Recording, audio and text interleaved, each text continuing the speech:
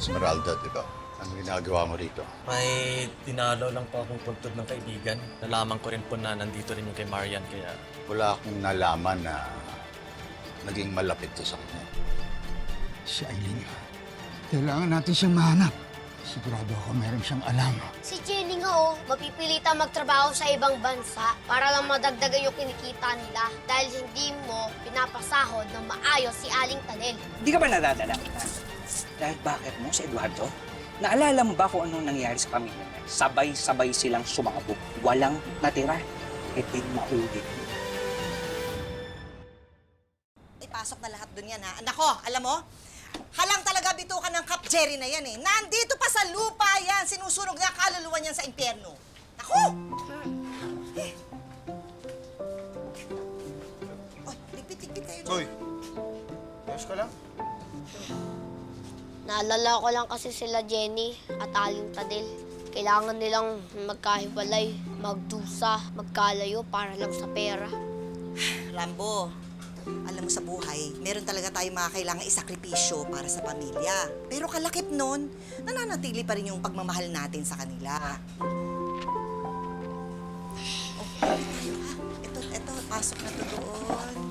Baka kasi marama. Ayan, tas makauna. Nagsama kami noon ng nanay mo sa tabing-ilog. Bigla ka naming pakita. Dinadala ka ng agos ng tubig. Kaya niligtas ka namin. Sa akin kaya, ano kaya totoo nangyari? Siguro wala rin kami pera nun.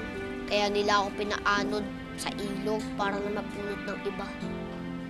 The case has been dormant for 20 years.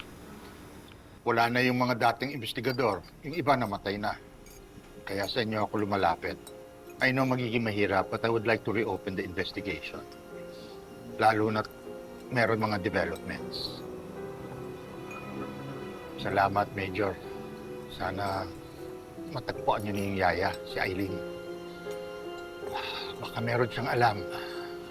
Baka nakita rin niya kung sino man yung salarin sa pagsabog. Sige po. Thank you, Major. Uy, boy. Ikaw, masyado ka ng OA, ha? Ikaw masyadong advance mag-isip, boy. Alam mo, malalaman lang natin yan kapag nakilala mo na sila. Ngayon, habang hindi mo pa nakikilala yung totoo mong magulang, eh nandiyan naman si Tatay Gregory mo, tsaka si Nanay Juday mo, na sigurado ako, mahal na mahal ka. Mahal na mahal ko rin naman po sila. Ay, Aling Tami, boy, pasensya na po kayo kasi negative ako mag-isip. Basta, huwag niyo naman po sabihin kila nanay yung pananakot sa akin ni Cap Jerry. Ayoko lang po sila mag-alala. Mag-alala, boy. Ako bahala.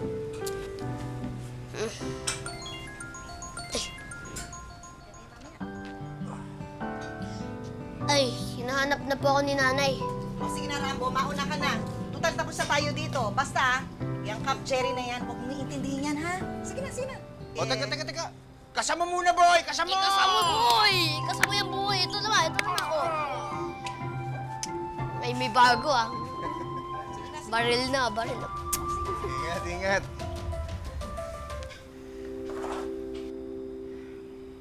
Diyos ko, huwag sana mangyari kay Rambo yung nangyari sa pamilya ni Mayor Eduardo.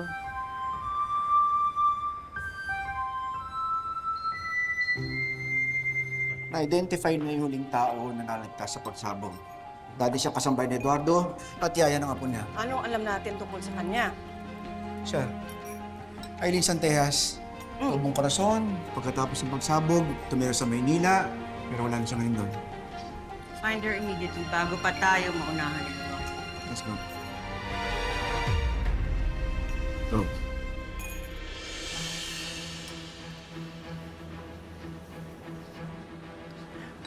Are you bored? Madalas yata ang paglabas mo. Actually, I'll be quite busy.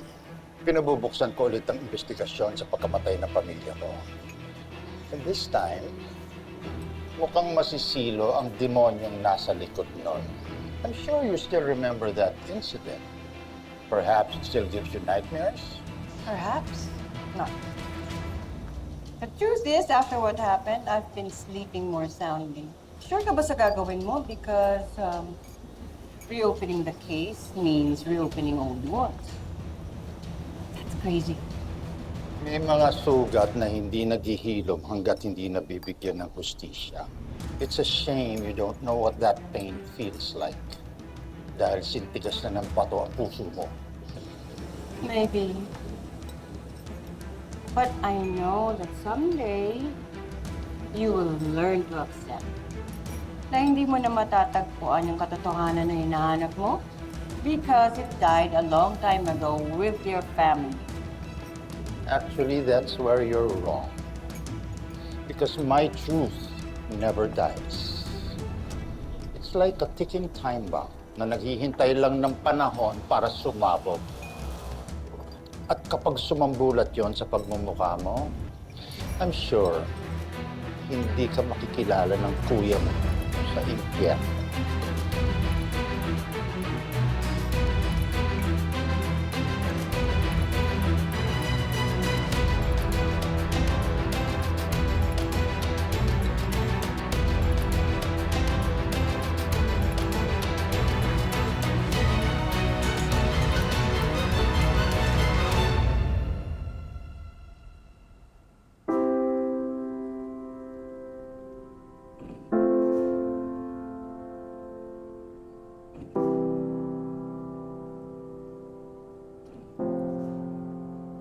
Hey, guess what?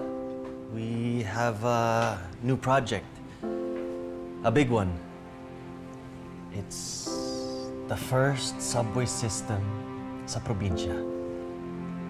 You wanna come along and see how it all comes together from the ground up?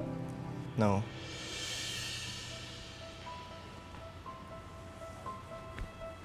Sabi ng lola mo, interesado ka daw sa politika. Totoo ba yan? Yes. Jorel, maybe you should think about this carefully.